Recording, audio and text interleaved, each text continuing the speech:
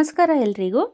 ಇವತ್ತು ಜೀವಜಲ ಅಂದರೆ ನೀರಿನಿಂದ ಮಾಡಬಹುದಾದ ಸಣ್ಣ ಉಪಾಯಗಳ ಬಗ್ಗೆ ನಾನು ತಿಳಿಸ್ಕೊಡ್ತಾ ಇದ್ದೀನಿ. ನೀರಿನಿಂದ ಕೂಡ ನಾವು ಅಭಿವೃದ್ಧಿಯನ್ನು ಕಾಣಬಹುದು. ಈ ಒಂದು ಉಪಾಯ ನಮ್ಮ ಆರ್ಥಿಕತೆಯ ಮೇಲೆ ಹೇಗೆ ಪರಿಣಾಮ ಬೀರುತ್ತೆ ಅಂತ ತಿಳಿಸ್ತಾ ಇದ್ದೀನಿ ನೋಡಿ. ಪ್ರತಿಯೊಬ್ಬ ಗೃಹಿಣಿಯು ಬೆಳಗ್ಗೆ ಎದ್ದು ಬಾಗಿಲು ತೊಳೆಯ ಅಭ್ಯಾಸ ಇದ್ದೇ ಇರುತ್ತೆ. ಇದು ಸಂಪ್ರದಾಯ ಕೂಡ ಹೌದು. ಆದರೆ ಸಿಟಿಗಳಲ್ಲಿ ಕೆಲವರಿಗೆ ಈ ರೀತಿಯ ಅವಕಾಶಗಳು ಇರುವುದಿಲ್ಲ. ಆದರೂ ಪರವಾಗಿಲ್ಲ, ನಿಮ್ಮ ಮನೆ ಹತ್ರ ಏನಾದರೂ ನೀರು ಹಾಕೋಕ್ಕೆ ಅವಕಾಶ ಇಲ್ಲ ಅಂತ ಹೇಳಿದ್ರೆ ನೀವು ನೀರಿನಿಂದ ಸೀಟ್ಬಹುದು. ಅಂದರೆ ಬಟ್ಟೆಲಾಗಲಿ ಮಾಪಲಾಗಲಿ ನೀವು ಮನೆ ಮುಂದೆ ಅಂಗಳನ ಸೀಟ್ಕೋಬಹುದು. ಕಷ್ಟ ಅನ್ನೋದು ಯಾರನ್ನ ಕೂಡ ಬಿಡಲ್ಲ. ಪ್ರತಿಯೊಬ್ಬರಿಗೂ ಅವರದ್ದೇ ಆದ ಕಷ್ಟಗಳಿರುತ್ತೆ.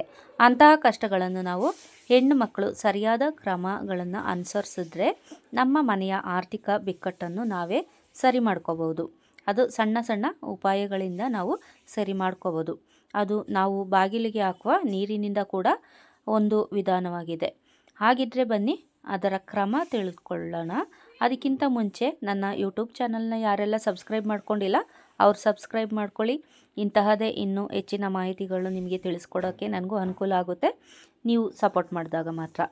ನಾವು ಪ್ರತಿನಿತ್ಯ ರಾತ್ರಿ ಊಟ ಮುಗಿಸಿದ ನಂತರ ಅಡುಗೆ ಮನೆಯನ್ನು ಸಂಪೂರ್ಣವಾಗಿ ಸ್ವಚ್ಛ ಮಾಡಬೇಕು.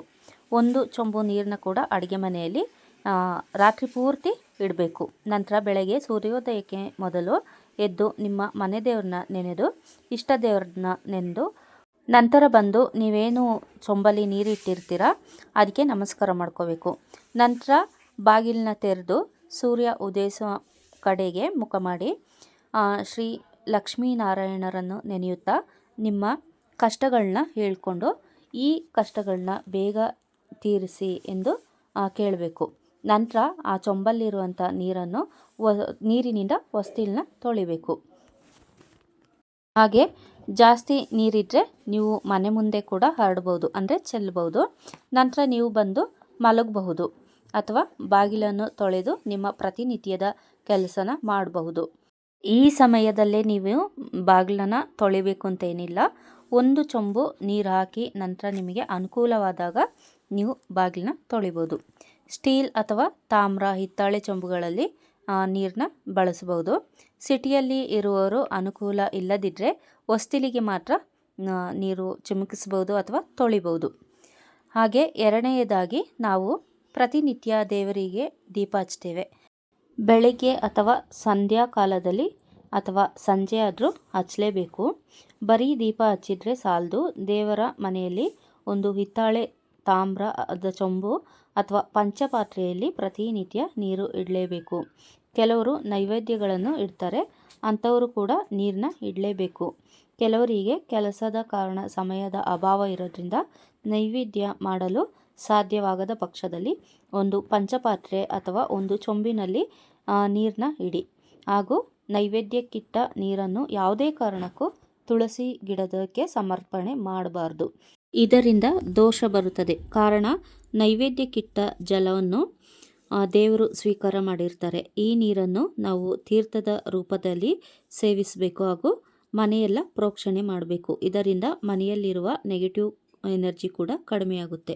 ಹಾಗೆ ದೇವರ ಕೃಪೆ ಕೂಡ ನಿಮ್ಮ ಮೇಲಿರುತ್ತೆ. ನಿಮ್ಮ ಆರ್ಥಿಕ ಸಮಸ್ಯೆಗಳು ಕೂಡ ದೂರವಾಗುತ್ತೆ. ಹಾಗೆ ಮನೆಯಲ್ಲಿ ಯಾವಾಗಲೂ ನೀರು ತುಂಬಿದ ಬಿಂದಿಗೆಯನ್ನು ಅವಶ್ಯವಾಗಿ ಇಟ್ಟಿರಲೇಬೇಕು. ಇತ್ತೀಚೆಗೆಲ್ಲ ಫಿಲ್ಟರ್ ವಾಟರ್ ಅಂತ ಹೇಳಿ ಅದು ಬಾಟ್ಲುಗಳೆಲ್ಲ ತರ್ತಾರೆ, ನಂತರ ಫಿಲ್ಟರೇ ಫಿಕ್ಸ್ ಮಾಡ್ಕೊಂಡಿರ್ತಾರೆ. ಆ ಥರ ಮಾಡೋದಕ್ಕಿಂತ ಒಂದು ಚಿಕ್ಕ ಪುಟ್ಟ ಬಿಂದಿಗೆಯಲ್ಲಾದರೂ ನೀವು ಮನೆಯಲ್ಲಿ ನೀರು ಇಟ್ಟಿರಲೇಬೇಕು. ಯಾರ ಮನೆಯಲ್ಲಿ ಈ ರೀತಿಯಾಗಿ ಬಿಂದಿಗೆಗಳಲ್ಲಿ ತುಂಬಿದ ಬಿಂದಿಗೆ ನೀರು ಇಟ್ಟಿರಲ್ಲ ಅಂತ ಹೇಳಿದ್ರೆ ಅಂಥ ಮನೆಗಳಲ್ಲಿ ಅವರಿಗೆ ಅವರ ಮನೆ ದೇವರ ಕೃಪೆ ಕೂಡ ಆಗಿರಲ್ಲ. ಹಾಗೆ ಲಕ್ಷ್ಮಿ ಆ ಮನೆಯಲ್ಲಿ ಸ್ಥಿರವಾಗಿ ನಿಲ್ಲಲ್ಲ. ಹೀಗೆ 6 ತಿಂಗಳು ಒಂದು ಚೊಂಬು ನೀರನ್ನು ಬಾಗಿಲಿಗೆ ಹಾಕ್ತಾ ಬಂದರೆ ನಿಮ್ಮ ಸಾಕಷ್ಟು ಸಮಸ್ಯೆಗಳು ಬೇಗ ದೂರವಾಗುತ್ತೆ. ನೀವು ಆರ್ಥಿಕವಾಗಿ ಕೂಡ ಸಬಲರಾಗ್ತೀರಿ. ಬೇಗ ಕಷ್ಟಗಳು ಕೂಡ ತೀರುತ್ತೆ. ಯಾರಿಗೆಲ್ಲ ಆರ್ಥಿಕವಾಗಿ ಸಮಸ್ಯೆ ಆಗಿರುತ್ತೆ ಅಥವಾ ನೆಗೆಟಿವ್ ಅನ್ನೋದು ಹೆಚ್ಚಾಗಿ ಕಾಡ್ತಿರುತ್ತೆ, ದೃಷ್ಟಿ ಅನ್ನೋದು, ಅಂಥ ವ್ಯಕ್ತಿಗಳು ನಿಮ್ಮ ಮುಷ್ಟಿಯಲ್ಲಿ ಒಂದು ಮುಷ್ಟಿಯಷ್ಟು ಉಪ್ಪನ್ನು ಆ ನೀರಿಗೆ ಹಾಕಿ ಸ್ನಾನ ಮಾಡೋದ್ರಿಂದ ನಿಮ್ಮ ದೃಷ್ಟಿಗಳು ಹಾಗೂ ನೆಗೆಟಿವ್ ಎನರ್ಜಿ ಎಲ್ಲ ದೂರ ಆಗುತ್ತೆ. ಆರ್ಥಿಕ ಪರಿಸ್ಥಿತಿ ಕೂಡ ಸುಧಾರಿಸುತ್ತೆ. ಇನ್ನು ತಿಂಗಳಿಗೆ ಒಂದು ಸರಿ ಆದರೂ ಅಥವಾ ಅಮಾವಾಸ್ಯೆಗಳಲ್ಲಿ ಯಾರು ಸಮುದ್ರ ಸ್ನಾನ ಮಾಡ್ತಾರೆ ಅವರಿಗೂ ಕೂಡ ಆರ್ಥಿಕ ಬಿಕ್ಕಟ್ಟು ಅನ್ನೋದು ಬೇಗ ಬದಲಾಗುತ್ತೆ.